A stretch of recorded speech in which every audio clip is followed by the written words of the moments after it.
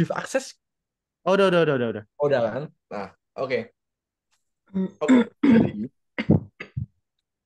hari ini nggak bisa dikatakan meeting sih. Karena hari ini agendanya cuma kita akan sharing. Nah, kita mempunyai eh, satu materi hari ini. Pada intinya, kita akan membuat, kita akan menyampaikan apa itu playful way when explaining the material. Jadi cara yang menyenangkan dengan cara menyampaikan materi lah. Cuma di sini saya nggak sendiri nih. Ada Mas Fadli, ada Kak Monica, ada Mas Ahmad, sama juga ada Kak Jocelyn nih. Nantinya yang akan jadi speaker. Oke, nah untuk opening ini mungkin aku akan buka dulu ya. Jadi pertama-tama, kenapa sih kita harus pakai training kayak gini? Aku share screen kedengeran ya. Oh, aman ya. Oke, kenapa sih kita pakai training-training kayak gini? Jadi awal mula diadakan training ini, attendance rate di bulan bulan Juni ini mengalami penurunan drastis dari yang semula di atas 85% di bulan ini jadi sekitar 77 sampai 78%. Faktornya nggak cuma dari tutor, ada dari student itu pada liburan sekolah dan lain-lain. Tapi ada sedikit faktor bagaimana kurangnya motivasi student buat ikutin pelajaran dan pelajaran yang dinilai kurang atraktif nih bagi sebagian bagi student lah. Nah, jadi di sini korelasinya attendance sama repeat sales itu sama. Jadi misalnya attendance itu tinggi, biasanya prolonged di repeat sales itu juga cenderung akan tinggi sih. Nah, oke, jadi makanya kita diadakan training kayak gini untuk membahas atau bertanya bagaimana seputar yang bisa kita lakukan adalah memperbaiki yang jadi cara kita menyampaikan materi. Gimana cara kita menyampaikan materi dengan menyenangkan sehingga student senang. Gitu sih. Oke, gitu aja dari aku. Mungkin kita langsung bisa lanjut tadi ke, nah ini presentasinya Mas Fadli ya. Oke, kita langsung ke speaker pertama Mas Fadli. Boleh ini Mas, silakan. Kok sih? Kok ke sini? Oke. Tadi tadi sebentar ada Neil Royan yang nggak kedengeran suaranya. Kedengeran kok semuanya kedengeran kan? Oke, udah. Iya, Jadi kedengeran. sebenarnya aku juga bingung ya mau sharing apa karena itu jujur posisinya spontan. Uhuy. Jadi jadi nggak tahu mau sharing apa. Mungkin aku sharingnya ke hal yang apa ya bisa dibilang krusial. Ntar aku buka Canva-nya dulu. Aduh, sobat Canva. Oke, jadi aku bisa bilang, udah kelihatan semua. Jadi aku bisa bilang anak-anak itu kadang itu aneh. Anehnya gimana? Kayak kita udah jelasin nih, ini kita udah masuk ke modul 2 atau bahkan pertemuan ke-6 atau ke-7.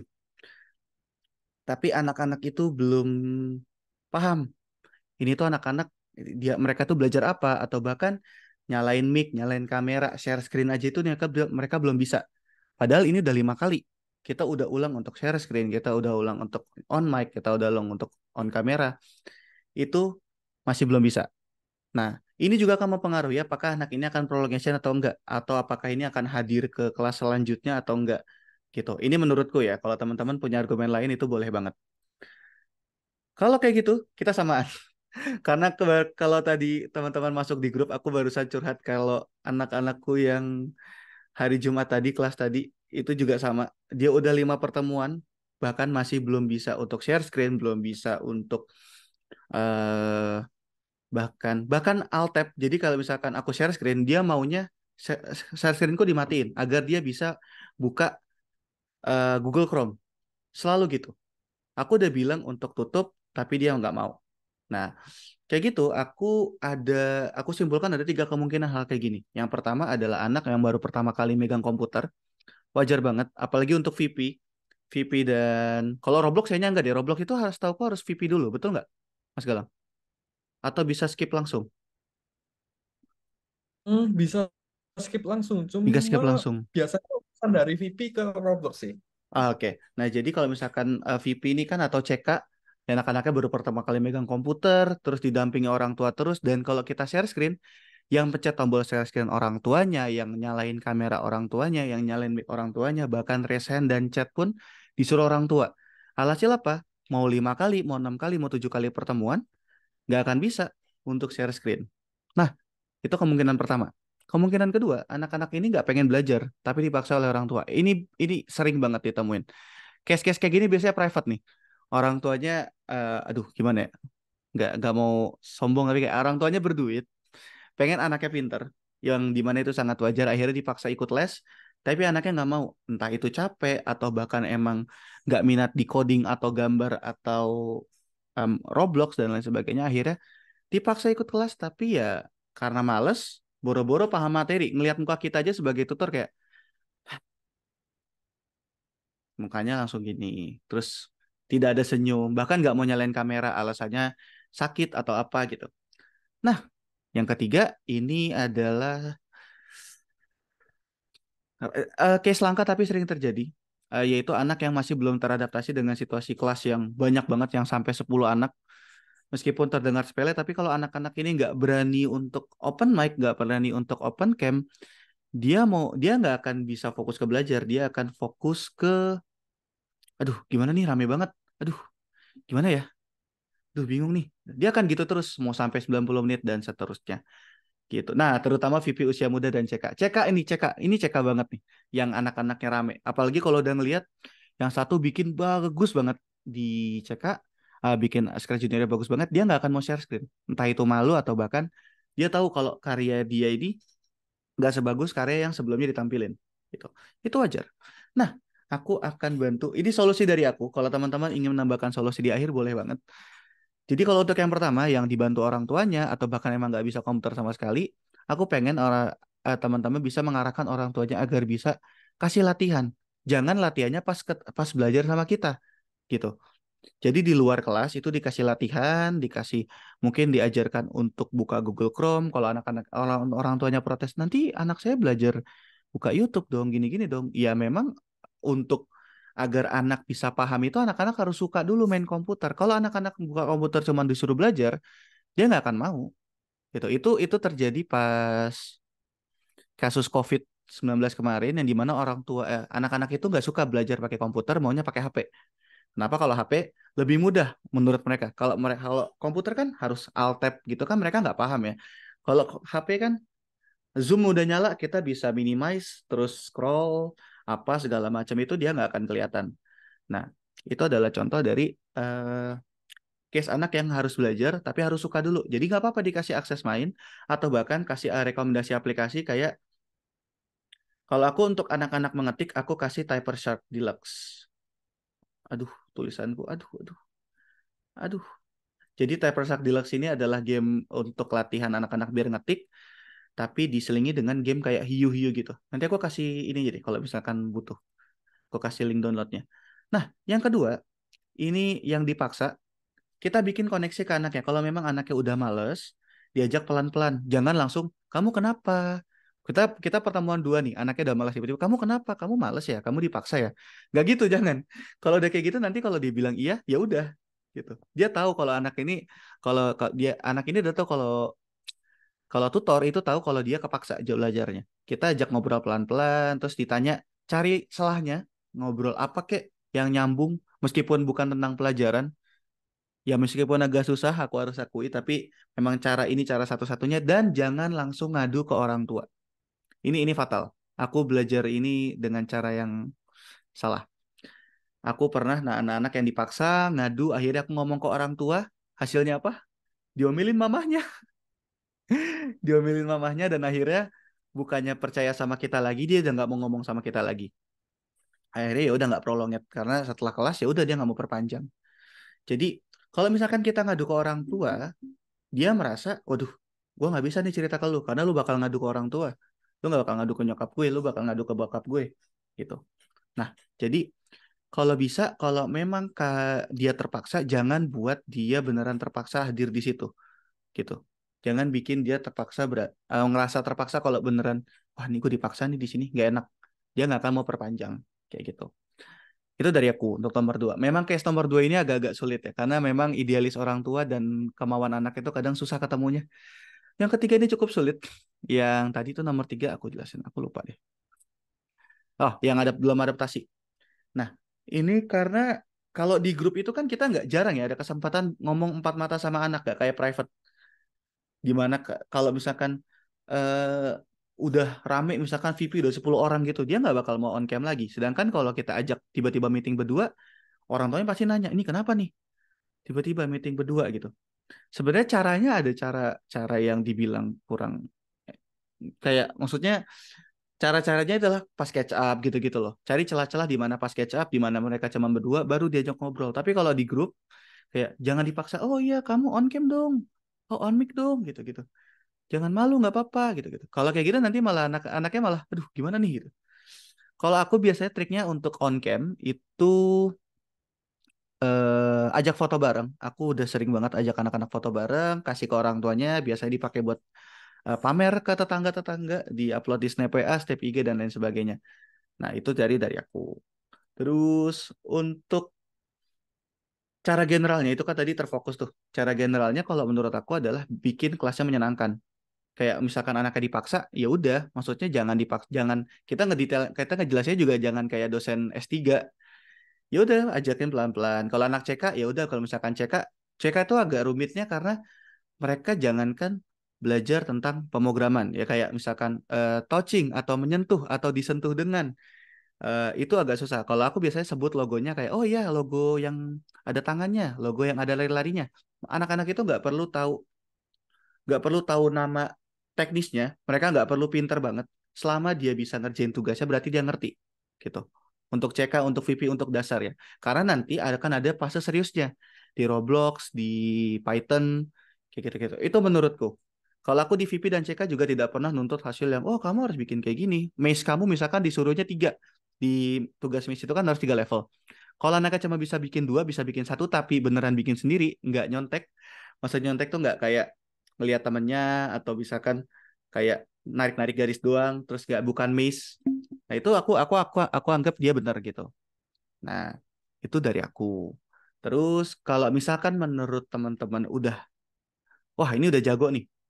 Kalau emang mau stres test dalam tanda kutip kayak beneran neken kemauan si anak, di modul 4 visual programming itu ada yang namanya pemrograman berpasangan. Itu bisa dipaksa ke murid. Meskipun kalau di program pemasangan di modul 4 itu yang di panduan logikanya, pedoman metodologikanya, itu kan offline, lebih enak.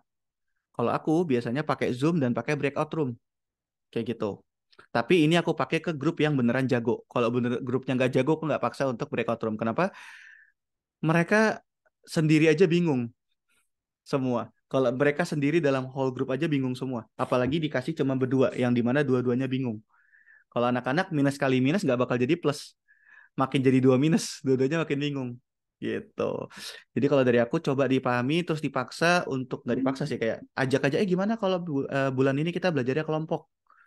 Terus gimana kak caranya? Oke, dari bulan satu kalian bisa trial dulu. Oh bukan, di minggu kedua, karena minggu satu kan baru pengenalan pertama nih.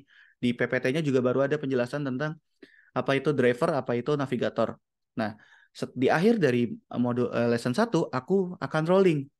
Ini sama siapa, ini sama siapa, ini sama siapa, ini sama siapa. Dan mulai dari lesson 2 sampai lesson 3, aku coba mereka untuk ngerjain tugas yang ada di situ. Karena kan di lesson 2, M4L2 sama M4L3 itu kan cukup rumit. Ya kan? Kalau, kenapa? Nge-lag. Oh, nge-lag kah? Aman ya? Oke, oke. Aku lanjut. Jadi kalau misalkan di M4L2 dan M4L3 aja mereka bisa tanpa tutor, berarti ya mereka bisa di pembuatan project secara kelompoknya, berpasangannya. Gitu. Dan ini rumusku untuk prolongation.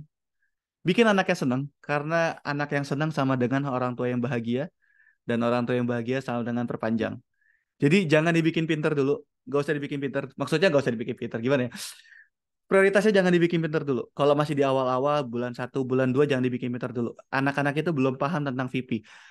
Karena di trial kelasnya itu mereka nggak dijelasin tentang Scratch. Mereka itu kayak main maze gitu doang setauku. Bukan belajar tentang Scratch yang detail apa itu Scratch. Mereka itu nggak tahu. Mereka nganggepnya belajar ini adalah belajar main teka-teki. Jadi bikin anaknya senang dulu, bikin anaknya betah dulu. Kalau mereka senang dia akan cerita ke orang tua. Setelah orang tuanya cerita, oke anakku suka prolongation. Gitu. Mungkin itu dari aku. Kalau ada pertanyaan nanti bisa di akhir sesi. Kalau ada kesalahan mohon maaf, aku lanjut kembalikan ke Kak Galang. Oke, thank you banget ya, eh, Mas Fadli ya.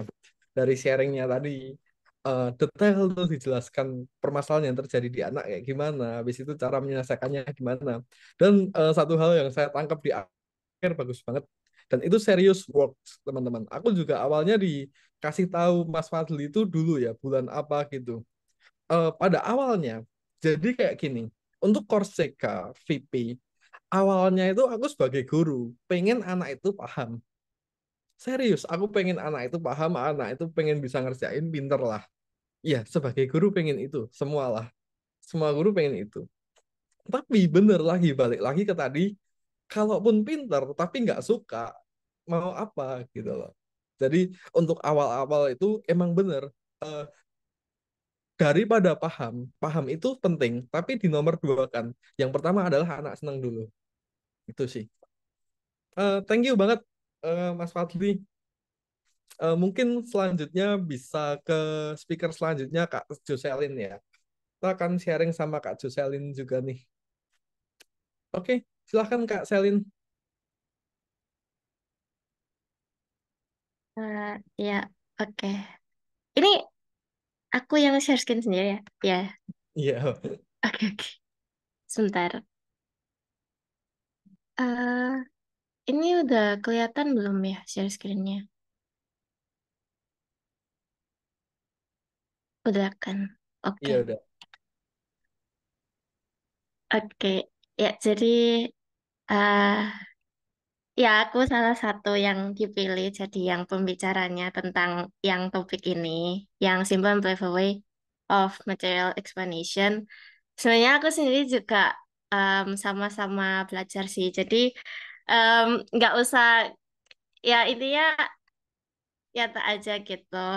Terus em, jadi hari ini aku khususnya mau bilangin aja sih kayak aktivitas-aktivitas lainnya yang di luar materi ya, yang supaya anaknya tuh bisa nggak boring, nggak bored gitu waktu ngikutin kelasnya gitu.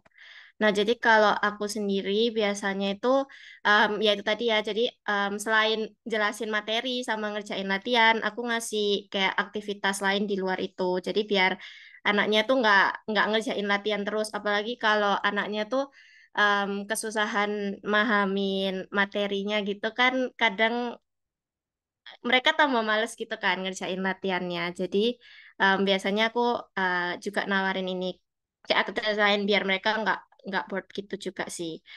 Nah, terus sama ya, yang ini juga menurutku juga penting sih. Jadi ajak ngomong gitu ya. Jadi ajak conversation waktu di sebelumnya ya. Jadi kan biasanya kalau pertama kali masuk kan nggak langsung mulai kan. Kita nunggu murid-murid lainnya. Nah, itu biasanya ngajak ngomong. Terus habis itu kadang kalau di tengah-tengah gitu itu juga ngajak ngomong. Terus habis itu setelahnya juga ya kan biasanya ada refleksi itu. Nah, itu juga perlu ajak ngomong sih. Jadi kayak tanya-tanya di anaknya gimana kayak eh, kelasnya tuh materinya gampang nggak, paham nggak gitu. Bagian mana yang kalian menurut kalian kalian agak kesusahan di situ kayak gitu.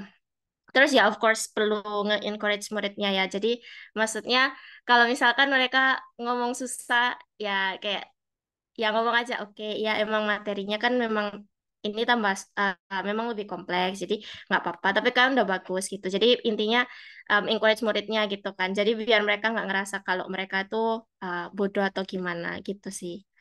Nah, terus jadi ini langsung ke fokus buat yang aktivitasnya aja ya. Jadi ini sebenarnya kayak aktivitasnya juga bukan yang kayak banyak banget gitu. Maksudnya aku juga kebanyakan masih kelas dan ngerjain latihan sih mayoritasnya. Cuman dengan nambah-nambahin ini tuh sebenarnya anaknya kayak nggak tahu ya, kalau menurut aku sih seneng-seneng tambah seneng gitu. Jadi mereka lebih seneng kalau ada kegiatan tambahannya gitu. Nah, kalau di aku tuh biasanya antara di awal atau di akhir aku tuh kayak buat kayak permainan kuis gitu.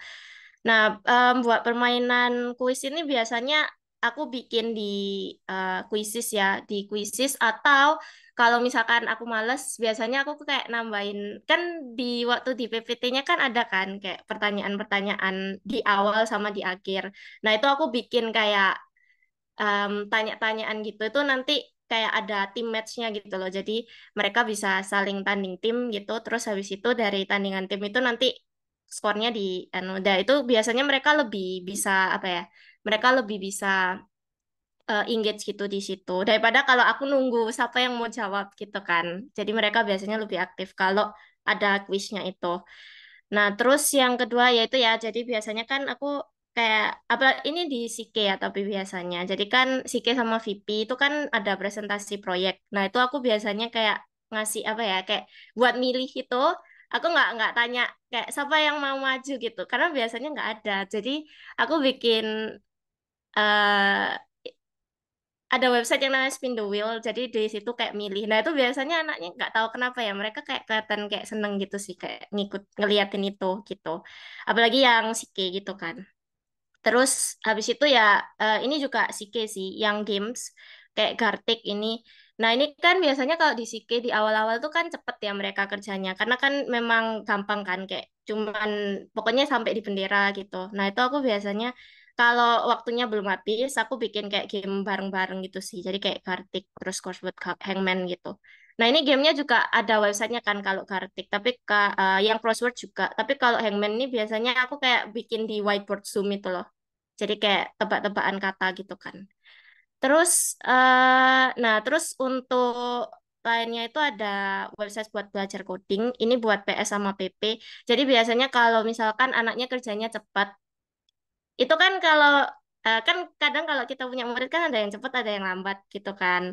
Nah, kalau buat yang kerjanya lambat tuh biasanya aku pasti kayak lebih merhatiin di anak itu gitu. Jadi biasanya aku kayak kasih hint-hint gitu kan. Nah, tapi kan kalau buat anak yang kerjanya cepet terus dia udah selesai, kan dia kadang nganggur ya.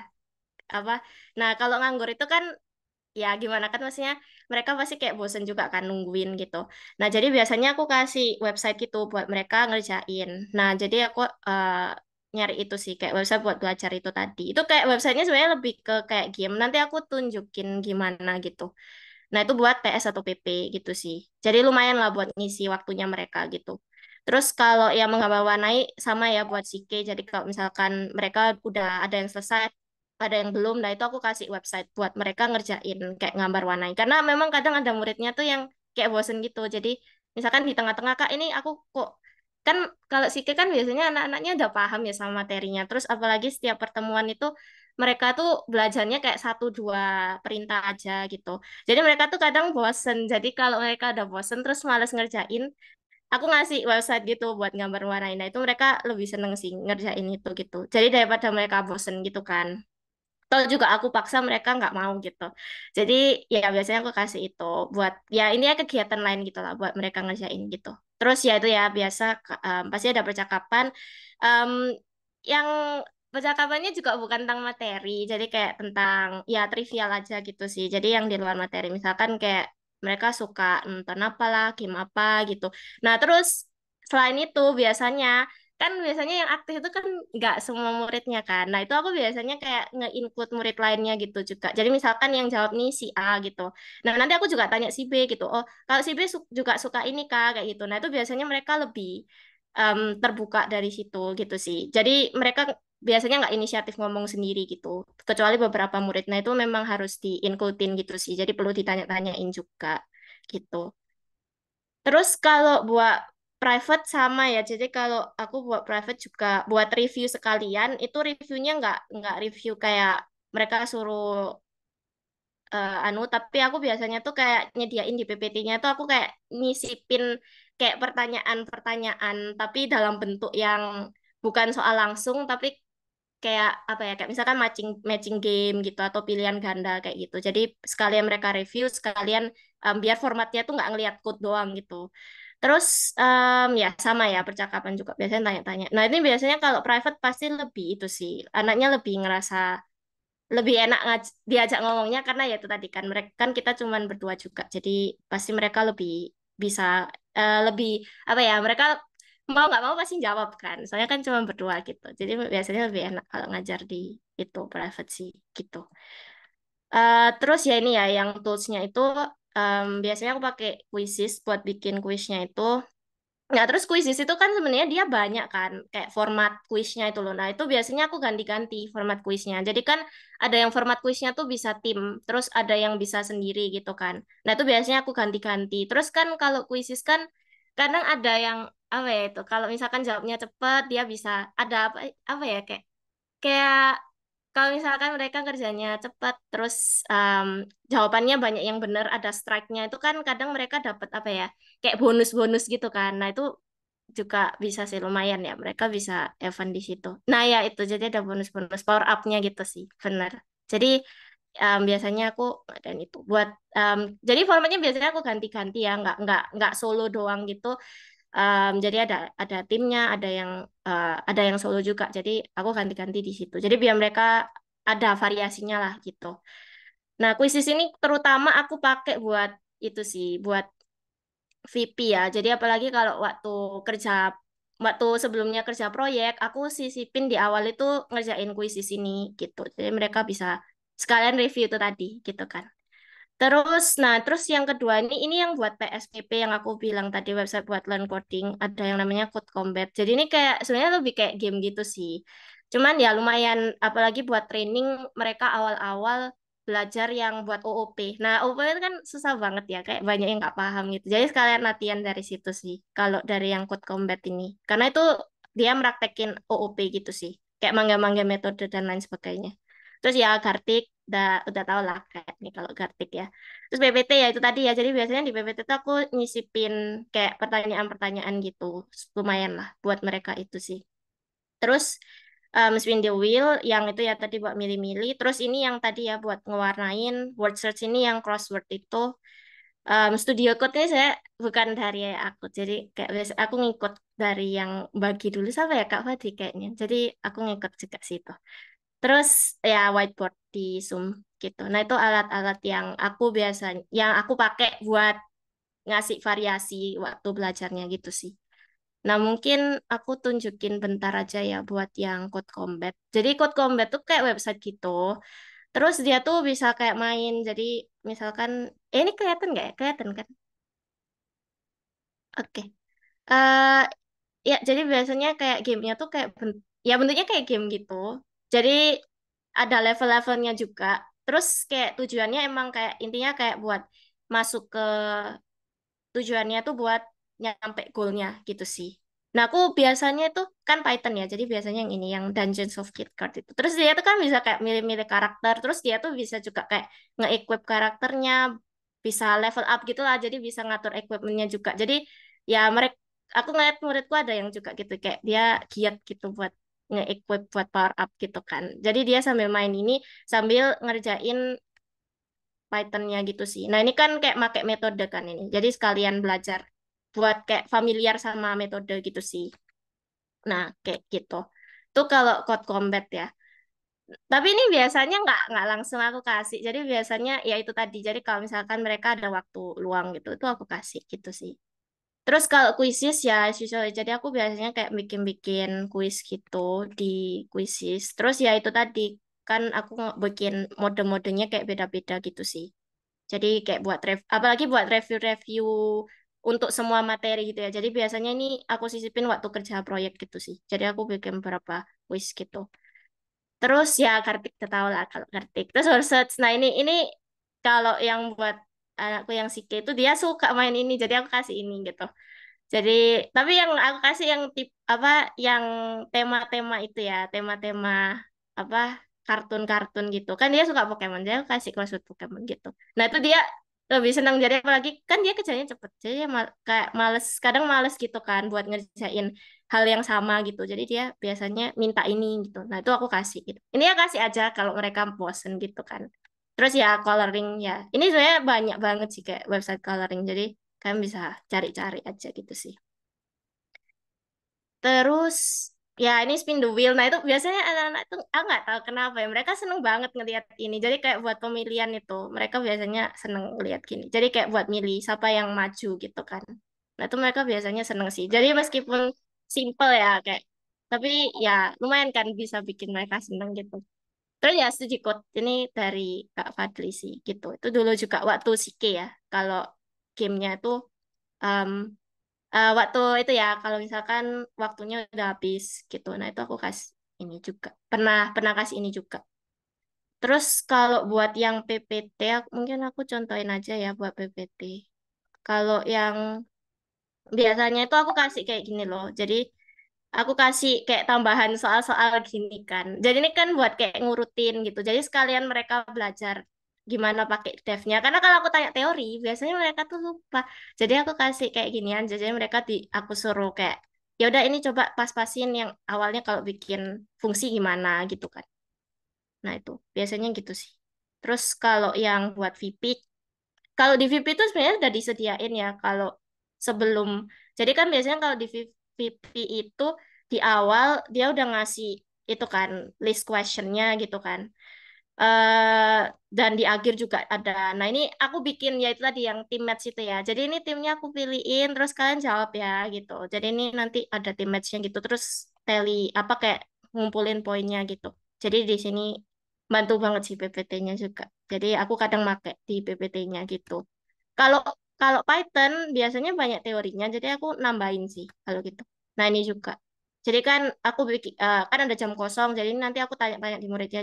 Jadi ini gimana kalau ternyata segini itu gimana? Nah mereka biasanya itu sih lebih aktif gitu. Jadi biasanya aku ada murid yang biasanya nggak itu kan, biasanya nggak mau muncul gitu. Tapi kalau ditanyain dia bisa gitu sih. Jadi dia seneng ngerjain ini gitu. Ya intinya gitu. Jadi kasih aja kegiatan selain kerja latihan gitu sih. Kadang-kadang ya itu tadi mereka capek, bosen gitu kan. Jadi biasanya aku kasih kayak pertanyaan-pertanyaan gini atau yaitu kayak website-website buat mereka bisa ngerjain selain materi gitu. Gitu sih. Sama aku biasanya usahain materinya dikit banget karena kadang mereka juga nggak fokus. Jadi kan mending langsung di praktek atau ya dari pertanyaan-pertanyaan itu sih gitu. Oke, kira-kira kalau dari aku gitu aja sih. Jadi nggak banyak sebenarnya yang perlu aku sampaikan. Karena ya aku sendiri juga, saya bukan yang kayak gimana gitu kan. Aku juga bukan pro, tapi ya ini menurutku membantu sih gitu. Kalau dari yang aku lihat ya, murid-muridku juga, mereka enjoy kalau aku kasih kegiatan-kegiatan ini gitu. Ya, kira-kira gitu sih. Itu aja kalau dari aku mungkin bisa diarahin ke yang tutor pembicara lainnya gitu. Makasih. Oke, thank you banget Kak Selin. Jadi eh, bagus banget ya yang dijelasin Kak Selin ini, teknis semua activity di luar kelas itu kayak gimana. Terus bahkan pada intinya ini keren banget teman-teman. Jadi kalau pada intinya itu adalah student dibawa ke pelajaran yang nggak monoton. Itu bakal bagus banget sih. Di luar dari misalnya aku sering tekankan ya di dalam terutama tutor-tutor yang baru itu, buat proposi materi presentasi itu jangan terlalu lama. Ada yang kasih presentasi itu sampai 30 menit, 40 menit. Itu student yang yang dengerin itu udah kayak gini. 30 menit kalian ngomong di depan itu. Nah, terus dengan cara-cara Kak Selin tadi, apalagi dia udah bilang kayak coba presentasi itu dikit aja, jelasin poin penting-pentingnya aja, habis itu waktu kalian yang singkat 60 menit 90 menit itu buat explore eh, kerjaan di entah di soal ataupun di hal-hal lainnya, itu pasti lebih worth it sih. Oke, thank you. Mungkin next ya kita akan, nah ini yang ditunggu-tunggu dari kelas-kelas Python nih, terutama yang Pythonnya jauh. Udah, Ini kelas-kelas Python yang Pythonnya jauh sampai VS Code. Nah, sampai ini struggle-struggle-nya itu, nah ini bisa di-sharingkan sama Mas ini semua ya. For your information, Mas Ahmad sekarang itu bener ya tinggal di Moskow ya sekarang ya. Iya, iya Mas Galang. Nah, sekarang baru tinggal di Moskow. Berarti di sini di sana jam berapa, Mas? Jam 4 jam ya? Jam Ini baru 6. setengah enam ya gitu. Ya, baru setengah 6. Nah, oke. Ini Mas Ahmad itu udah selesai di Python Pro 1 2, bener kah? Udah Iya Python udah ada semester dua-duanya. 2 udah selesai. Nah, soal VS Code dan apapun yang sehubungan dengan Python Pro, gimana caranya ngajar atau apapun yang berhubungan dengan Python akan di-sharingkan sama Mas Ahmad. Buat kalian yang ngajar Python, ini bagus banget. Oke, silahkan Mas Ahmad. Oke ya di sini makasih Mas Galang. Juga masih juga tadi teman-teman eh, udah mulai tadi ya dengan presentasinya lumayan keren juga maksudnya dengan tentang gimana cara asiknya gitu kan untuk menjalani kelas dan seterusnya. Memang sih mungkin aku ngerasa kalau misalnya sekarang ini presentasi aku agak sedikit mungkin keluar tema juga ya karena maksudnya ini emang yang astar asik gitu kan. Mungkin aku di sini agak sedikit tips and trick aja. Nanti mungkin aku juga masuk-masukin sedikit supaya tetap asik lah gitu dalam kelas PES dan PP-nya. Karena memang kelasnya kan secara nggak langsung memang em, secara default ya, naturalnya itu kan memang anak-anaknya udah lumayan eh, nggak anak-anak banget lagi. Cuman sebenarnya nggak sedewasa juga. Jadi kadang-kadang tuh agak bimbang tuh. Bimbangnya tuh mau kita di sini kayak anak-anakin gitu kan, kayak oh halo gimana gimana gitu.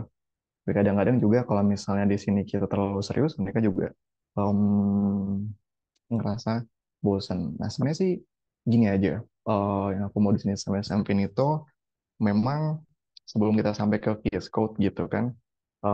Tadi juga dari Mbak Jocelyn udah sebutin juga bagus banget tadi itu ada yang eh, website-website lainnya itu sebenarnya platformnya itu cukup, cuma memang kadang-kadang tugas-tugasnya itu ada yang memang malah itu terlalu mudah, ada yang terlalu sulit sama untuk satu atau dua anak gitu. Jadinya yang biasa aku lakukan itu sebenarnya itu em, begitu nanti ada tugas gitu kan, ada dua tugas jenisnya tugas yang utama sama yang tambahan.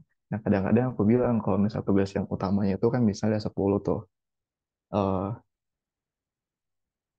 empat lah empat itu sebenarnya tambahan gitu walaupun sebenarnya utama sebenarnya mau ini untuk ini juga nambahin juga untuk bilang ke anaknya kalau ini nggak usah sejauh itu lah itu ngelakuinnya nggak apa-apa yang penting dia tuh ada progres gitu karena kalau misalnya dia ngelihat teman-temannya wah ini kok temannya 10 dia baru ngerjain 6 gitu kan dia ngerasa kayak overwhelmed lah gitu nih anaknya kok yang lain kok jago banget gitu. Nah kadang-kadang kalau kamu lihat ini PSP ini dia lebih ke anaknya udah nggak terlalu malu-malu lagi ya maksudnya dari usia gitu mereka em, udah cukup bisa ngutarain pendapatnya memang nggak semua vokal kadang-kadang ada yang memang malah udah lumayan udah SMP gimana gitu malah dia yang paling diam gitu kadang juga malah ada tergantung juga dari anak-anak yang penting jangan dikasih program itu tentang VS Code ini sebenarnya problem itu di awal ya di sini sebenarnya aku di sini mau mulai jadi problemnya itu sebenarnya dari eh, sebentar ya, ini udah kelihatan ya problemnya itu sebenarnya VS Code-nya itu kalau dari awal aku em, sebenarnya ngelihat em, dari manual doang gitu kan begitu di manual begitu lihat di platformnya kadang-kadang yang dikasih linknya itu nggak update. Nah itu mungkin di sini juga informasi juga untuk yang lainnya. Jadi sebenarnya VS Code itu intinya ya pokoknya tempat kita di mana bisa ngebuat dari codingnya gitu. Intinya sebelum biasa anak-anak itu selama 4 bulanan gitu kan 4 modul biasanya dia itu di website doang. Terus dia mulai ke dalam VS Code-nya di sini.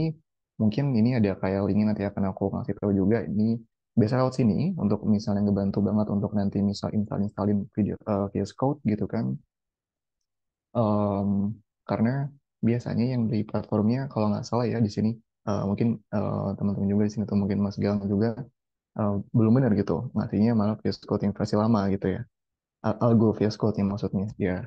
Nah mungkin gitu. Nah ini mungkin intinya setelah kita nanti install gitu kan udah VS Code-nya simple aja, ada Windows, ada di situ Linux, bahkan maaf Mac ya, Linux mungkin jarang ada yang pakai Mac OS gitu, juga ada yang Mac OS gitu misalnya, bahkan juga ada di situ. Jadi bukan berarti mereka bakal tanpa platform. Jadi ya udah ada di sini kira-kira ikonnya. Nah sebenarnya problemnya tuh dari VS Code ini pastinya pertama dia nggak familiar dengan interface-nya. Jadi familiar itu mungkin ini em, sebenarnya kita bisa kayak batasin aja gitu. Mungkin di awal-awal banget kalau yang dia perlu tahu ini tombol play gitu kan. Dalam VS Code nanti mungkin aku bisa tunjukin dan juga tempat di mana kita bisa login gitu. Karena em, dia kan emang tampilannya tuh jauh lebih banyak daripada di platform di mana kita cuma bisa jelas gitu kodenya di mana gitu kan, di mana run-nya, play-nya atau submit-nya. Di sini dia tuh kayak banyak tombolnya, kemudian di sini di mana kita bisa jalaninnya gitu kan, dan seterusnya. Belum pertama, kedua itu VS Code ini kira-kira dia bukan versi yang benernya. Nah, anak-anak PSPP ini, aku ketemu banyak yang sebenarnya dia udah install sebelumnya VS Code. Lumayan banyak tuh, mungkin kayak kayak 4 dari 10. Terus sebenarnya menurut aku lumayan banyak ya. Karena menghitung mereka kan aku kira baru mulai gitu kan dari codingnya itu. Ternyata mereka udah ada yang install VS Code dan mereka kira kalau VS Code yang mereka punya itu sama yang algo itu eh, bisa, maksudnya sama sama aja gitu. Bisa kayak dipakai satu sama lain. Nah, padahal di algo VS Code-nya itu dia penting gitu kan. Di sini ada ekstensi yang diinstal secara tambahan pun sebenarnya nggak terlalu bisa. Jadi harus install dari tadi websitenya. Kedua, dia ini install nggak ada library yang terinstall. Ini mungkin nanti bisa aku kira-kira bahas juga.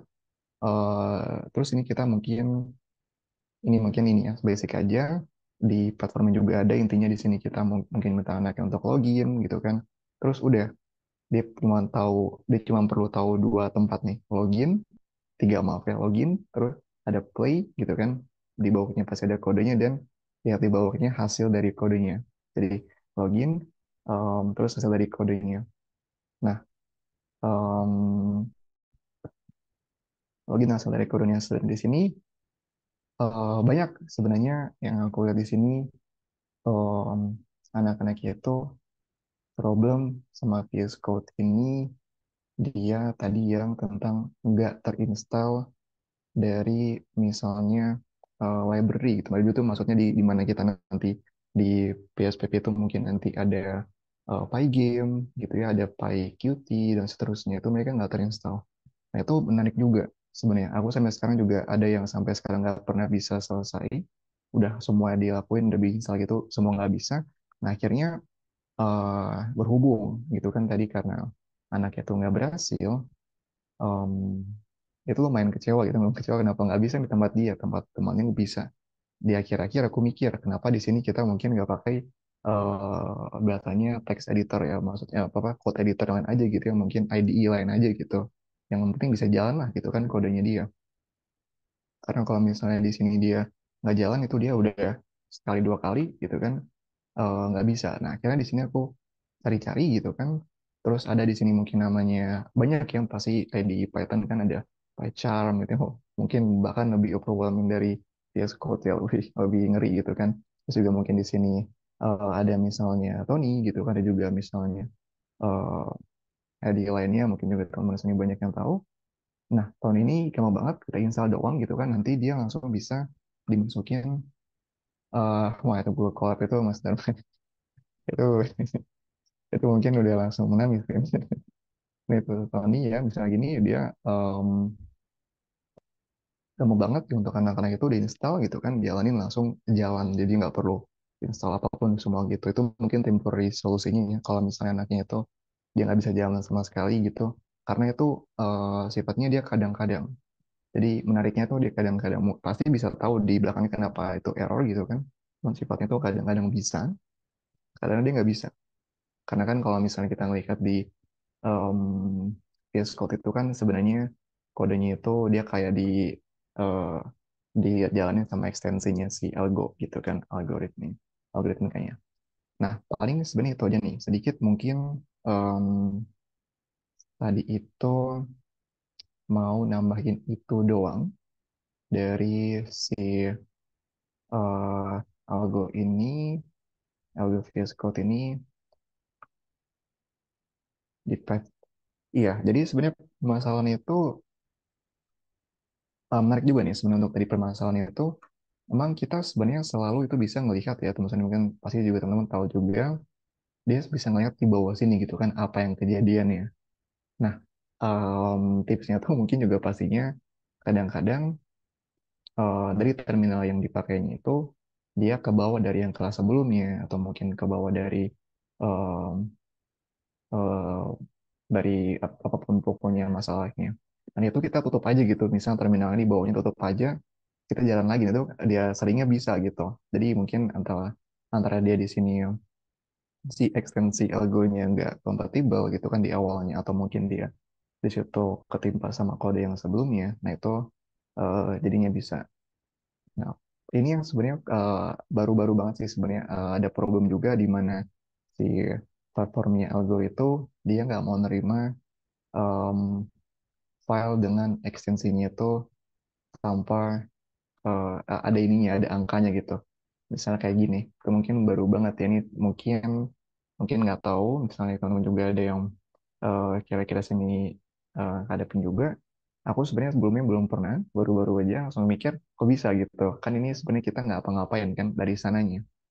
Terus jalan keluarnya tuh cuman tinggal em, kita di sini di rename aja.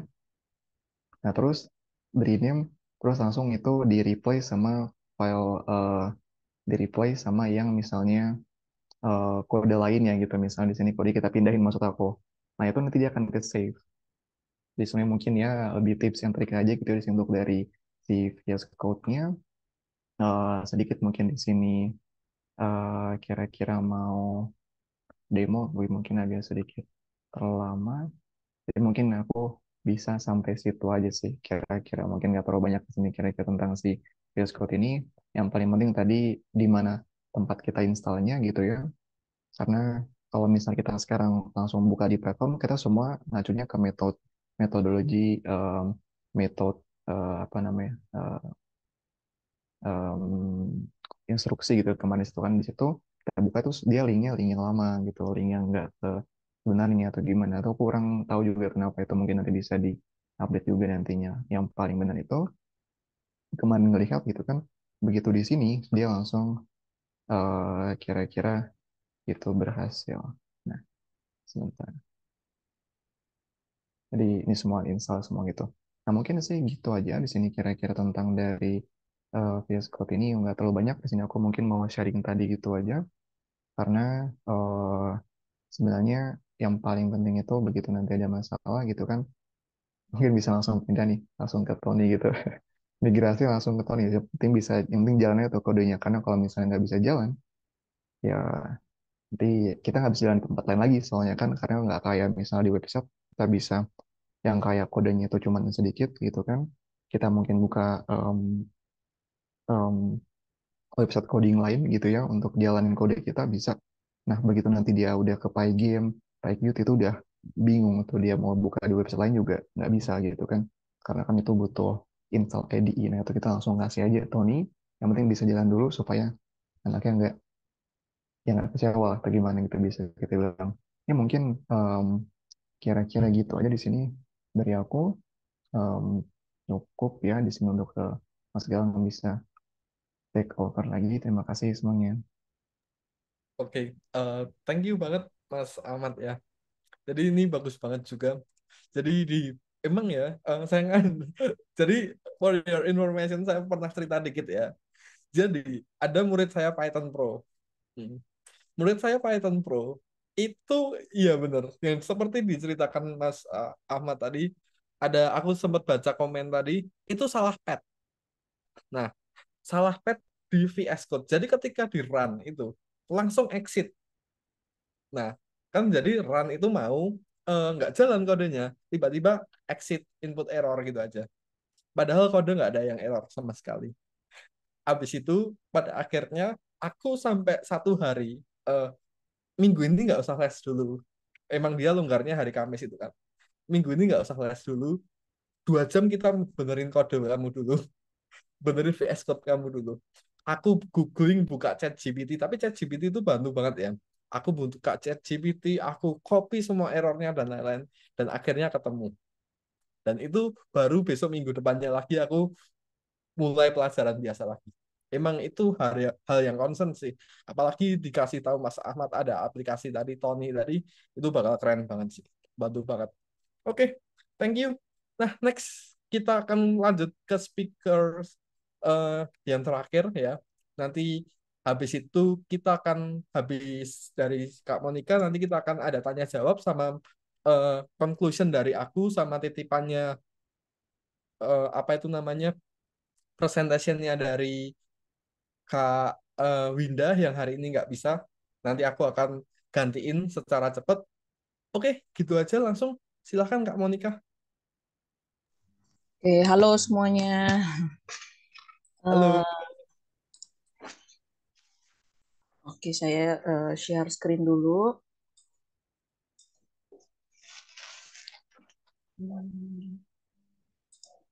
Oke, nah tadi udah dengar sharing dari suhu-suhu semua, level tinggi semua.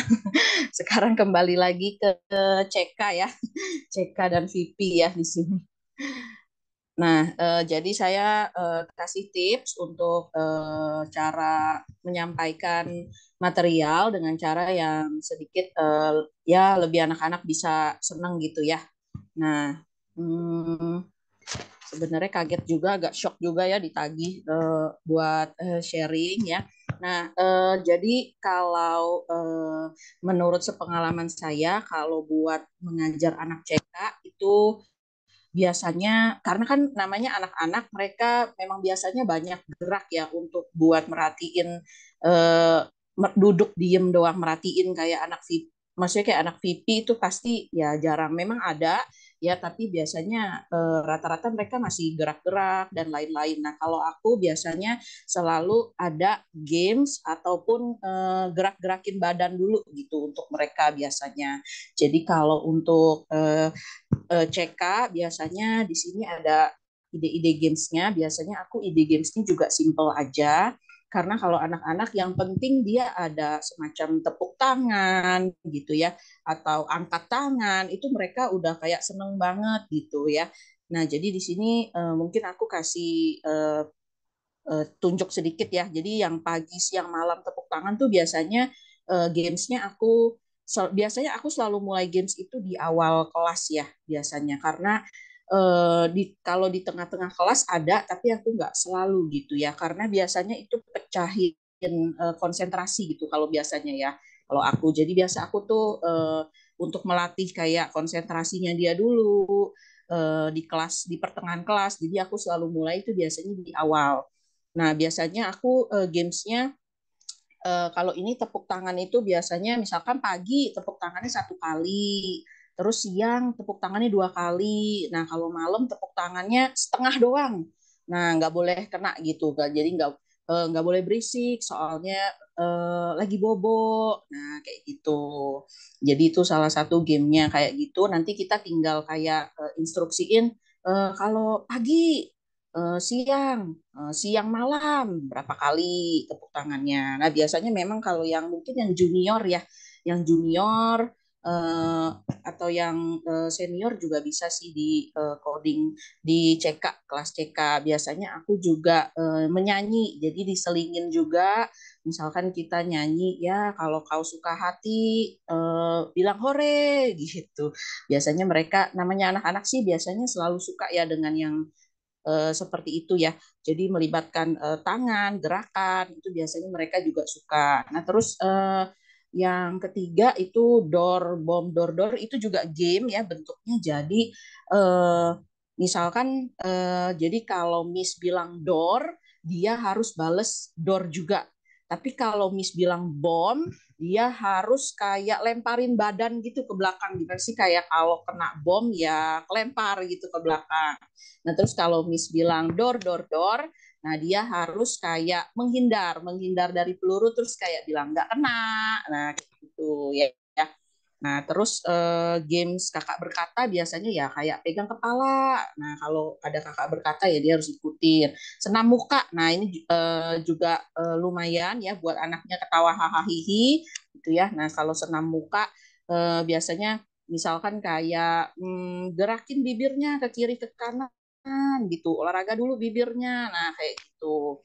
Nah, terus paling untuk tipsnya kalau di CK biasanya intonasi saat menjelaskan. Nah, jadi kakak-kakak kalau penjelasan materi untuk CK kan untuk anak-anak itu harus menarik ya. Jadi kayak kita lagi bercerita gitu ya, bercerita. Nah, intonasinya sebisa mungkin kita naik turun dan terekspresi gitu ya. Nah, biasanya juga selalu memang kalau anak CK juga harus selalu misalkan kalau mereka bisa ngikutin baik, tepuk tangan ya. Nah, kayak gitu. Jadi harus banyak riuhnya gitu kalau untuk CK. Nah, terus untuk berikutnya biasanya saya ada tips kayak ngisi jeda waktu aja atau pergantian activity. Misalkan contohnya kayak komputer lagi loading apa dan lain-lain gitu ya kan kalau jadi biar gak diem doang biasanya di sini aku kasih kayak sambil nungguin tuh misalkan kebuka gitu ya apanya mungkin lemot gitu kita biasanya ya kan. Nah, bisa kayak, ayo anak-anak bilang simsalabim, abrakadabra. Nah, biasa kayak gitu sih. Ya, terus bisa juga pakai tepuk tangan. Jadi kalau misalkan pergantian dari penjelasan ke activity ya, ke tugasnya, mengerjakan tugas biasanya suka ditanya dulu kayak siapa sudah siap membantu kesatria? Tepuk tangan yang kenceng atau tepuk tangan di atas kepala, misalkan kayak gitu. Ya, terus aku juga pernah pakai nonton video ya. Nah, nonton video sambil menari ya. Jadi, tapi videonya juga kita berhubungan dengan coding ya. Nah, mungkin ini aku ada contohnya. Biasanya aku suka ambil videonya dari sini ya. Nah, ini untuk ini aja ya untuk selingan. Nah, jadi mereka juga bisa sambil nari. Ini tentang binary code ya. Jadi tentang jadi kalau lagi kan 001, 001, nah mereka suruh ikutin pakai jarinya gitu. Kalau 001, nah kayak gitu ya. Nah, sambil cuma dijelasin aja apa ini 01. Oh, bahasa komputer gitu. Kayak gitu sih seperti biasanya ya. Nah, terus untuk metodenya biasanya aku kalau di kelas ya kalau pembuka aku selalu seperti biasa ya biasanya kita nanyain anaknya ngapain ya terus minggu lalu inget nggak apa karena biasanya ya namanya anak-anak kita harus pakai metode mengulang gitu ya, sering-sering mengulang. Jadi belajar apa dari minggu lalu gitu. Suruh mereka menceritakan masih ingat nggak proyeknya apa yang kita pelajari atau apa yang kita buat di minggu lalu atau kita bikin kesatrianya itu ngapain gitu. Nah terus aku selalu pakai workbook ya. Nah jadi teman-teman mungkin bisa cari gambar juga dari Google untuk penjelasan materinya karena namanya anak-anak kita kalau ngomong terlalu lama dan dia cuma liatin kita ngomong biasanya sih nggak tahan lama. Jadi biasanya pakai gambar atau workbook. Nah aku nggak tahu teman-teman di sini pakai nggak ya. Biasanya aku ambil workbook nih dari bahan algoritmik juga. Pada pakai nggak ya teman-teman di sini? Nah biasanya aku buka workbook yang jadi setiap modul udah ada workbooknya. Nah, aku selalu manfaatin ini sih, makanya aku eh, nah ini aku ambil ini ada bahannya ya di bagian yang di mana ya itu ya modul ya modul itu ya. Nah, aku pakai ini biasanya kan ini emang mewarnai dan lain-lain. Nah, di skip aja mewarnainya. Nah, aku biasa ke sini nih. Nah, di sini buat bahan ini lagi mau pencet apa, misalkan kayak gitu. Nah, kesatrianya kalau mau ke bendera harus nomor berapa nih yang benar? Nomor 1, nomor 2, atau nomor 3? Nah, kayak gitu. Nah, ini sih lumayan untuk habiskan waktu ya. Jadi kalau ini biasanya saya di awal menggunakan workbook ini, jadinya anak-anak nggak langsung mengerjakan tugas gitu. Jadi mereka belajar dulu ya paling enggak poin-poinnya aja jelasin kan kayak misalnya di kelas paling pertama selalu belajar algoritma. Nah, apa itu algoritma? Oh, step by step bagaimana urutannya yang benar. Nah, kita gambar ke sini ke kanan kah, ke atas, ke bawah dan lain sebagainya. Nah, terus di sini contohnya kayak gini, ikutin aja biasanya sih dari yang ada di sini ya. Misalkan eksekutornya yang mana nih? Yang nomor 1 atau nomor 2? Nomor 2 itu apa? Oh, nomor 2 itu algoritma. Nah, biasanya aku seringnya meminta anak-anak mengulangi. Apa ini anak-anak algoritma? Coba sebutkan gitu. Coba ulangi. Nah, ini contoh-contohnya seperti di workbook. Nah, ini ada sampai nomor 7 ya. Biasanya aku sih selalu pakai kalau di sini. Jadi aku eh, kayak di pelajaran kedua ini belajar, oh kalau ini adalah pilihan perintahnya. Terus menulis programnya di mana? Di ingatannya kesatria gitu. Nah, seperti ini. Nah, makanya biasanya ada sih kadang kelebihan waktu juga, tapi nggak banyak sih biasanya gitu kalau pakai ini ya. Nah, karena anak-anak memang lebih banyak, lebih bisa, lebih lama gitu. Kalau pakai gambar ya dia bisa lebih lama untuk merhatiin gitu ya. Nah, terus berikutnya untuk visual programming. Nah, VP ya. Nah, di VP juga aku selalu biasanya ada games-games gerak. Mungkin kalau 10 kan sekarang udah dibagi kelasnya 7 sampai 9 sama 10 sampai 12. Biasanya kalau 10 sampai 12 aku nggak terlalu banyak. Kalau 10 sampai 12 biasanya lebih banyak sharingnya. Tapi kalau 7 9 biasanya masih cukup mau ngikutin ya games-gamesnya ini tadi. Nah, 1, 2, 3 door ini biasanya jadi memang kalau untuk VP games-gamesnya nggak terlalu banyak yang gerak-gerak badan, tapi ya yang simple aja. Contohnya yang 1, 2, 3 door itu kayak kita bentuk jari kita gini, tapi harus kalau 1, 2, 3 door, nah harus bisa tukeran, harus cepet-cepetan gitu ya. Nah, kayak gitu. Terus ada juga tepuk tangan kiri kanan benar salah. Nah, ini juga misalkan kalau tepuk tangan, jadi ini gampang cuma pakai tepuk tangan ya. Jadi kalau kiri kanan benar salah, biasanya misalkan kalau saya bilang misalkan kiri kiri benar-benar, nah berarti tepuk tangannya harus di kiri doang, kiri kiri gitu tepuk tangannya. Nah ini biasanya ya buat kelas 7 sampai 9 sih masih mau ya. Nah, biasanya soalnya kalau umur 7 gitu ya masih ada sifat anak-anaknya jadi masih mau ngikutin ya. Nah, cuman memang biasanya ya tentu aja biasanya nggak semua mau ikutin, tapi biasanya aku tetap lakuin sih. Biasanya ya paling nggak juga ngetawain temennya kan gitu. Paling nggak kalau dia nggak ikutan gitu kan. Nah, terus selanjutnya jelasin material. Nah, ini tadi mungkin udah dikasih lihat juga, aku juga pakai Wheels of Names ini ya untuk review pelajaran. Kalau aku biasanya di Wheels of Names-nya aku taruh konsep-konsepnya gitu. Nah, lalu bisa pakai video. Nah, video biasanya kalau video ini aku agak di awal-awal ya. Maksudnya kayak modul 1 gitu aku kasih ada sebelum kelas aku kasih video. Nah, biasanya aku suka kasih video yang seperti ini. Nah, teman-teman ini dari Code.org juga ya. Nah, kenapa sih harus belajar programming? Nah, ini mungkin ya sambil motivasi mereka juga ya. Jadinya Nah, di sini ada nanti kayak aku sih suka nanya, nih siapa ada nggak yang tahu nih siapa ini orang-orang yang berhasil di programming nih. Nah, biasanya 10 sampai 12 sih tahu nih. Oh, iya Bill Bill Gates gitu. Siapa tuh gitu.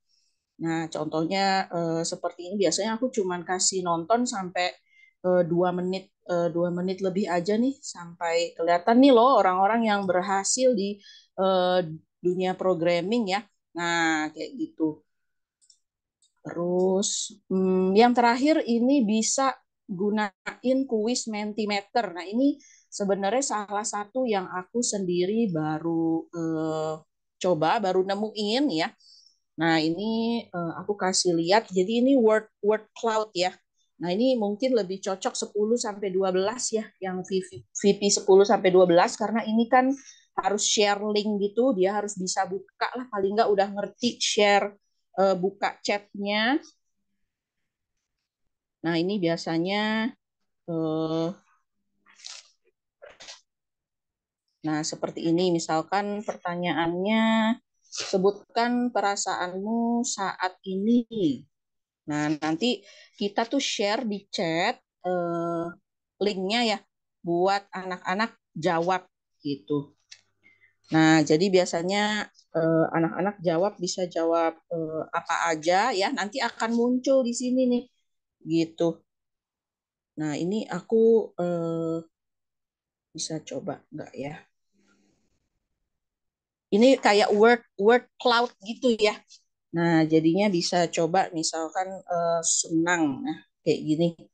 Nanti kalau anak-anak klik submit, nah dia muncul di sini. Jadi kalau anak-anak isi, terus dia klik submit, akan muncul nih di sini kata-kata atau kalimat. Nah bisa bisa pertanyaannya bisa kita ganti-ganti. Nah apa misalkan konsep yang dia pelajari, misalkan di kelas. Nah cuman ini terbatas teman-teman yang free-nya gitu ya. Nah, yang free-nya ini terbatas gitu kayak cuma bisa 50 kali gitu. Ntar sebulan lagi baru di reset lagi sama dia gitu.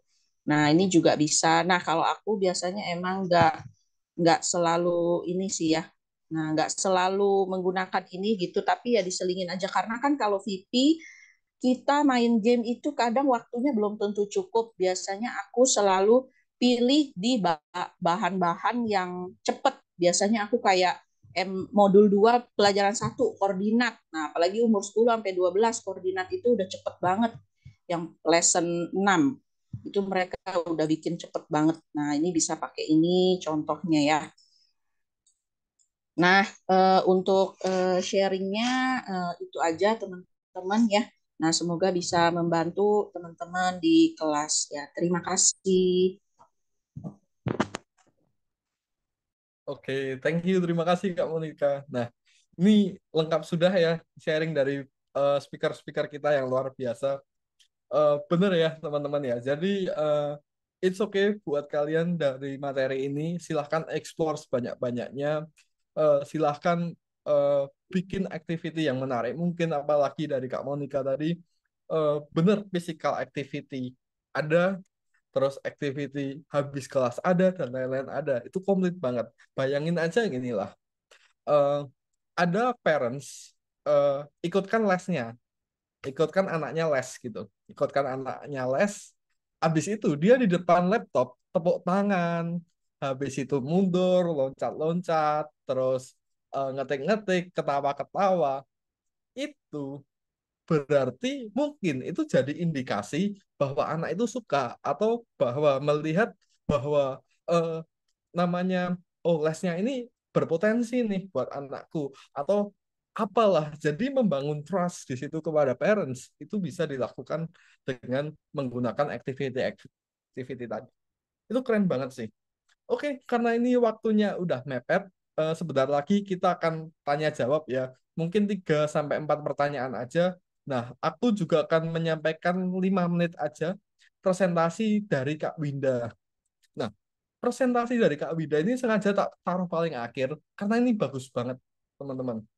Oke, jadi aku akan tadi aku sempat ngobrol ya sama Kak Winda, lalu aku ajarin materinya. Aku pelajarin materi yang akan disampaikan itu apa sih? Nah, jadi gini, jangan eh, bikin merasa anak itu bodoh. Misalnya gimana? Kayak contohnya gini nih, kalian tanya jawab sama anak. Terus kebetulan anak murid kalian itu menjawab jawaban yang salah. Terus apa yang harus kalian lakukan kayak gitu?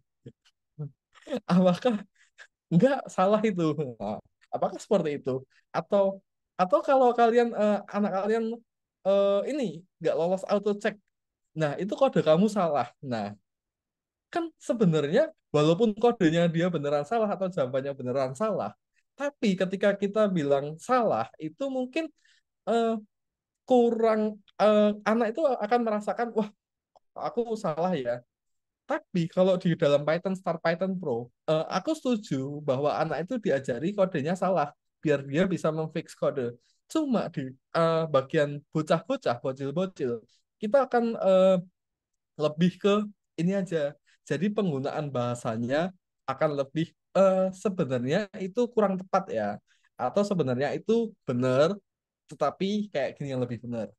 Oke, next. Nah, ini jadi kayak gini teman-teman. Jelaskan kalau ini buat yang gede-gede ya, jelaskan bahwa eh, bikin anak itu fokus di awal. Jadi dari awal itu bikin dia penasaran bahwa eh kita akan belajar topik yang nggak mudah loh. Kalian perhatikan sungguh-sungguh. Kadang kalau anak nggak digituin, itu bakalan ah apa sih materinya? Ah apa sih? Gitu loh. Nah, makanya dari jelaskan di awal, ini materinya susah loh kalau nggak kalian perhatikan sungguh-sungguh. Apalagi Python Start, Python Pro, emang itu kalau itu emang susah beneran. Oke, lalu tanyakan yang pertanyaan-pertanyaan yang kamu aja tahu jawabannya. Kalaupun kamu tanya pertanyaan yang kamu nggak tahu jawabannya, ketika anak itu tanya balik, lah kok bisa gitu nggak? Nah, ketika kamu nggak bisa menjawab, nah itu sih yang jangan sampai terjadi di kelas kalian. Next keempat, nah ini paling bagus saya sering tekankan ya ketika saya lihat video-video dari tutors yang baru, saya paling sering tekankan adalah bikin kelas kalian itu diskusi, bikin pembelajaran bikin pembelajaran dua arah di kelas kalian. Aku sering lihat dari beberapa orang itu tipenya yang mengajar banget. Jadi eh, ini materinya ini, cara ngerjakannya ini, soalnya ini. Ya sebenarnya nggak salah juga mengajar seperti itu. Tapi untuk pengajarannya seperti itu, that's kurang menarik teman-teman. Nah, libatkan anak dalam berdiskusi, libatkan anak dalam menyelesaikan masalah-masalah, libatkan anak dalam menyampaikan ide-ide, apalagi desain, apalagi ini, ceritakan, bikin anak cerita tentang mimpi-mimpi yang akan dia mau peroleh. Besok kalau kamu udah lulus dari sini pengen jadi apa? Cita-cita kamu di course ini pengen bikin apa? Libatkan dia dalam pembicaraan-pembicaraan seperti itu. Buat yang VP, PS, dan PP ya, atau desain atau Roblox. Mungkin kalau si K ya oke lah ceritakan dia mau bikin apa atau apa, libatkan diskusi-diskusi dengan anak. Jadi ketika anak itu mau ngobrol, mau ngomong ketika tertrigger buat ngobrol, itu akan merasa nyaman, akan menciptakan bonding, nyaman dan lain-lain. Jadi jangan buat tipe pelajaran yang satu arah nih, mengajar banget, mengajar ini presentasi, ini soalnya, ini materinya. Nah, sebenarnya itu kurang bagus ya. Next. Oke, ini hope for the best. Jadi ya udah kita gitu aja sih. Ini aku lupa ya kebetulan apa ini. Oke, thank you teman-teman. Gitu aja. Mungkin tambahan notes dari ini. Oke, ada tambahan notes dari teman-teman kayak gini. Jadi, wait. Oh ini. Oh, jadi gini, oke, setelah training ini kalian bisa menerapkan, kalian bisa mengekspor semuanya yang ada di kelas kalian. Entah dari physical activity, bagaimana dari link-link yang Kak Jocelyn tadi kirim, atau tips-tips dari Kak Monica, physical activity-nya, atau apa itu cara solving problemnya di VS Code dari Mas Ahmad atau dari Mas Fadli. cara menyelesaikan masalah yang ada di anak. Nah, dengan harapan sehabis ini semua adalah attendance kita naik, teman-teman. Karena kemarin yang jujur dropnya karena liburan, terus sama ini teman-teman, karena kalian banyak yang nggak laporan ke CS. Jadi anaknya cuti atau anaknya emang hilang gitu aja, nah itu diam-diam aja. Atau emang sengaja, ya udah dibiarkan merah aja. Nah, mungkin kita harus lebih aware ya sama jadwal-jadwal yang udah 3 kali atau 2 kali merah itu kita harus aware tuh. Oke, mungkin gitu aja. Terus yang ketiga adalah puji murid atas keberhasilannya. Jadi misalnya anak itu sebenarnya nggak pinter juga, atau anaknya emang ya walaupun astagfirullahaladzim gitu ya. Nah, tapi kalian itu harus puji anak-anak itu. Misalnya kayak, wah pinter ya, wah keren ya. Walaupun sebenarnya juga nggak keren, emang kayak gitu hal yang biasa. Tapi ketika pujian-pujian itu dilontarkan kepada anak atas keberhasilan-keberhasilan kecil itu, nah itu bakal membuat ini sih, eh, entah orang tuanya, parents-nya senang, anaknya juga senang.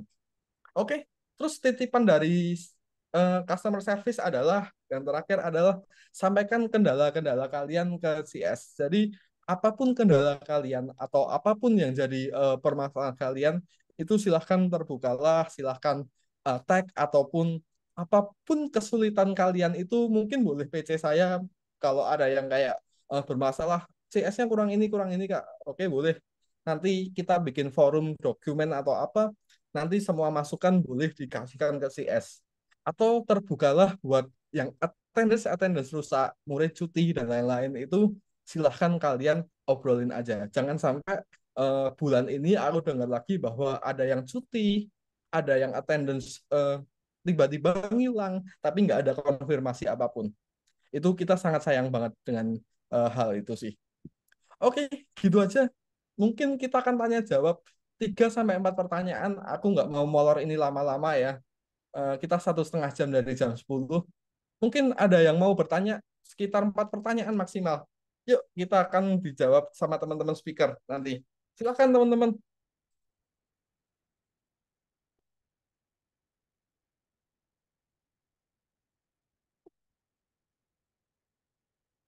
Nih, ada pertanyaan nih.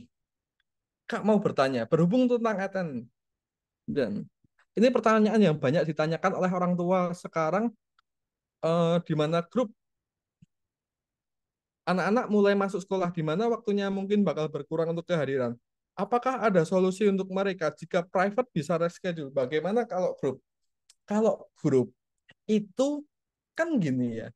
Sebenarnya tutor sama eh, anak itu sama-sama harus punya fixed schedule. Mungkin gini, kalau dari sisi CS ataupun dari saya, itu saya sendiri, kalian anak itu at least 1 hari saja yang mereka nggak sibuk sekolah itu hari apa? Ya kita akan selesaikan kelas di hari itu. Entah misalnya walaupun materinya nggak kekejar, ya kita bisa kejarkan pakai catch up. Kalau materinya kurang, misalnya anaknya udah jauh materinya ini belum sampai, ya kita akan bikin anak itu buat nunggu dulu sampai bisa mengikuti di hari itu. Jadi it's okay, misalnya anak itu misalnya mau ganti hari, silahkan diskusikan aja problem-problemnya. Kita bisa usahakan untuk hal itu sih. Entah bagaimana menunggu dulu sampai eh, kelasnya mengejar materi sama dengan anak, atau anak yang mengejar materi kelas, itu bisa kita usahakan. Asalkan satu komit di salah satu schedule itu, di dalam 1 minggu itu. Next. Oke, ini banyak pertanyaan nih dari Kak Adinda nih. Kak tanya, kalau materi PPT emang padat dan tasnya juga banyak. Tips untuk anak-anak grup biar tetap semangat, tugas-tugas wajib selesai dikerjakan, materi tersampaikan semua gimana? Kelas desain rata-rata 5 SD SMP dan desain cukup waktu 1,5 jam, kadang nggak cukup waktunya. Oke, oke, aku mau, nah ini nggak tahu ya di record atau enggak. Oke, tuh be honest ya, jujur-jujuran sama teman-teman. Oke, aku nggak apa-apa ya kalian jujur atau apapun itu, tuh be honest. Oke, materi itu kalian harus selesaikan nggak? Nah, apalagi tutor-tutor ini. Mas Fadli, Kak Monica, Mas Ahmad, itu materi itu menurut kalian wajib selesai nggak sih? Gitu. Lebih halus deh. Kalau kalau dari aku yang penting angka kalau VP ya, kalau VP itu atau yang lain itu yang penting angkanya ya nggak usah sampai bintang deh. Yang penting angkanya. Jadi primerinya udah selesai ya udah dia udah benar gitu. Kadang kan ada anak yang idealis mau maksa sampai bintang, waktunya nggak akan cukup kadang kalau sampai bintang karena bintang tuh kadang panjang banget bisa 2 kali lipat dari tugas primer. Jadi kalau aku kayaknya nggak terlalu yang kayak seharus habis atau bahkan ada sih beberapa yang aku skip itu pun kalau misalkan memang anaknya udah jago dan nggak penting-penting banget gitu loh. Kalau dari aku, Ya, ada yang lebih ekstrim, ada yang lebih ekstrim. Kalau aku tuh biasa ya, teman-teman ya, aku nggak ngejar itu. Walaupun nggak selesai, ya tak pastiin dulu. Misalnya nggak selesainya karena apa? Misalnya karena belum paham, ya aku bakal jelasin lagi sampai paham. Nah, kalaupun nggak selesainya misalnya karena kita punya hal yang dibahas lain yang lebih menyenangkan dan lain-lain itu tanpa mengesampingkan kepentingan materi, ya that's okay. Kalau misalnya kayak ini nih, kalian punya physical activity lain, anak-anak itu setuju pada eh, kita bahas di lain waktu ya Kak, atau oke deh kita kerjakan di rumah, ya nggak apa-apa sebenarnya. Jadi ya kalau bisa adalah materi itu ini sih udah banyak yang dikerjakan lah. Jangan sampai cuma ngerjakan 1-2 level, habis itu nggak usah diselesaikan. Itu aku nggak membenarkan juga ya. Tapi itu benar sih, nggak harus selesai. Gitu ya. Next, pertanyaan. Oke. Next nih dari Kak Mary. Kak, aku udah terapin cara-cara yang disampaikan sama speaker. Misalnya bermain sambil belajar, tapi anak-anaknya benar-benar moody. Mau belajar sama sekali. Ini private ya, Kak. Udah bilang mamanya tapi gak ada jalan keluar. Itu aku struggling sampai sekarang. Waduh, menghadapi anak yang mudi. Nah, ini siapapun boleh jawab sih. Ada yang bisa jawab gak? Jujur, kesabaranku setipis tisu. Gini, tas gitu, teman-teman. Ada yang bisa, ada yang bisa jawab gak? Menghadapi anak yang mudi nih.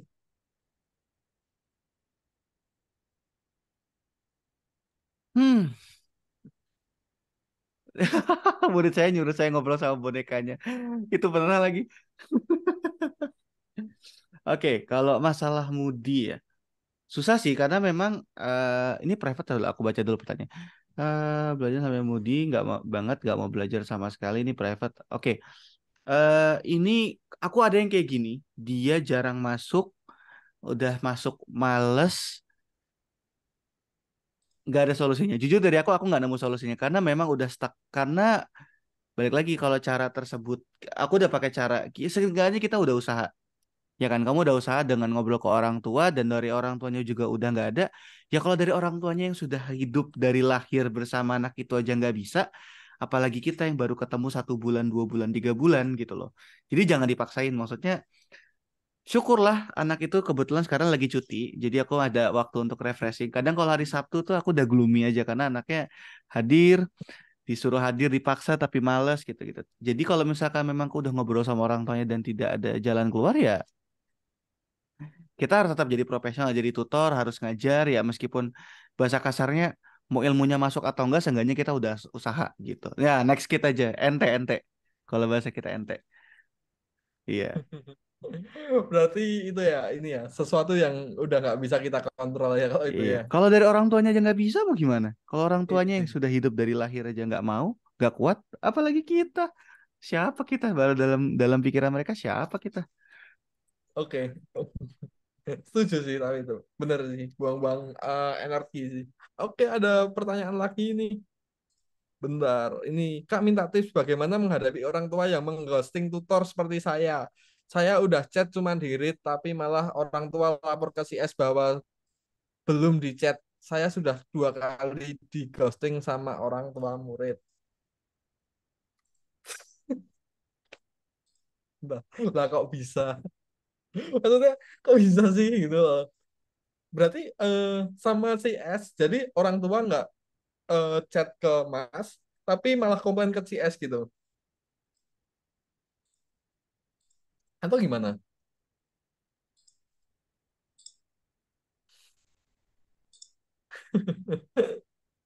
Ya, ya berarti ini sih malah biasanya itu diserahkan ke CS sih Mas buat kayak konsolidasi lebih lagi atau via call gitu sih. Mungkin sebagai tutor bahwa kita ya chat sewajarnya aja, chat dengan sopan. Mungkin kita next ya, besok ada next tip sharing gimana caranya ngerayu ngobrol sama orang tua itu gimana sih, sama parents itu gimana. Kita bakal ada next session buat nggak tahu 2 minggu lagi atau kapan. Next, Kak, kalau parentsnya, oh ini kita 3 menit lagi ya, Liv ya. Kak, kalau parentsnya ada yang tanya tentang competition Olimpiade event, bisa cek berkala infonya di mana. Nanti saya update. Janji hari Senin itu udah ada update-nya ya. Jadi Kak Anas, sebelum ini sempat saya omongin juga sama teman-teman di tutor. Jadi eh, kita akan ada kelas khusus guys buat competition, entah itu PS, Digi, VP dan lain-lain. Nah itu kita akan ambil tutor XRBL, terbaik buat ngejar di kelas competition. XRBL. Jadi kita akan apa itu namanya, ikutkan anak-anak ini algo ke competition nasional sama internasional lah. Oke, Kak Nanda, kalau durasi nggak cukup sampai bagian pertama gimana Kak? Next lesson lanjut materi apa prolongate materi? Ada yang mau jawab?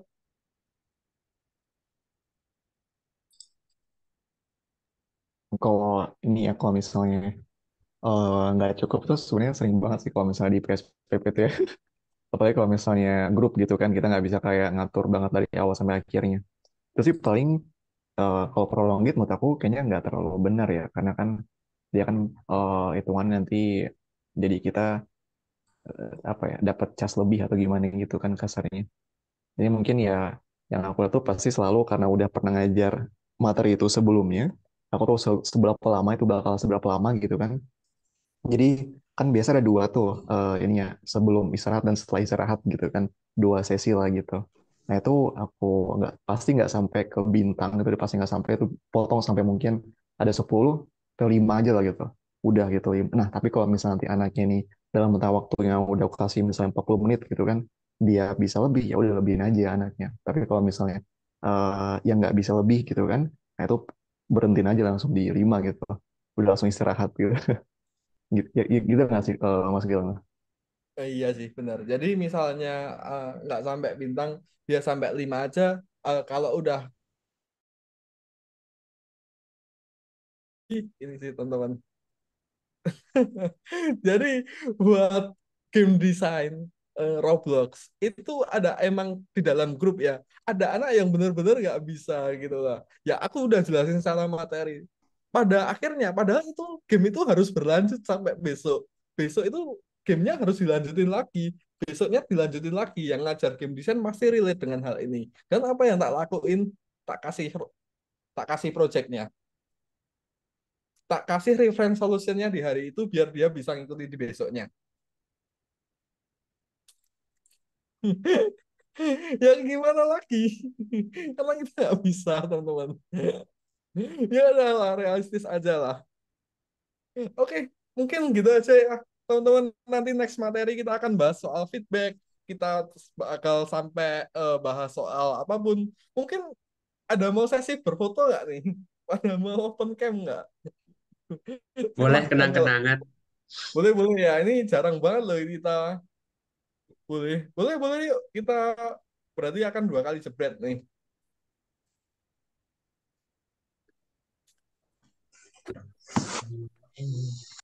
Oke, bentar nih ada.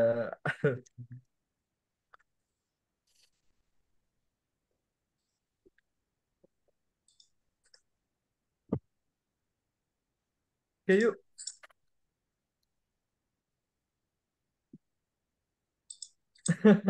Bener bener. Metodenya Kak Fadli nih. 1, 2, 3. Lagi ya. Waduh, ada Satunya, yang lagi reket itu. ada, satunya nih. Satunya belum nih. 1, 2, 3. Dah, gitu aja teman-teman. Thank you banget. Next ada sharing lagi, ada ngobrolan lagi. Thank you banget udah join sekarang sampai malam banget. Thank you, bye bye, Terima kasih, Kak. bye Thank you bye. Kak, bye. Nanti Terima kasih, terima kasih. ya Mas Fadli ya recordingnya ya. Thank you.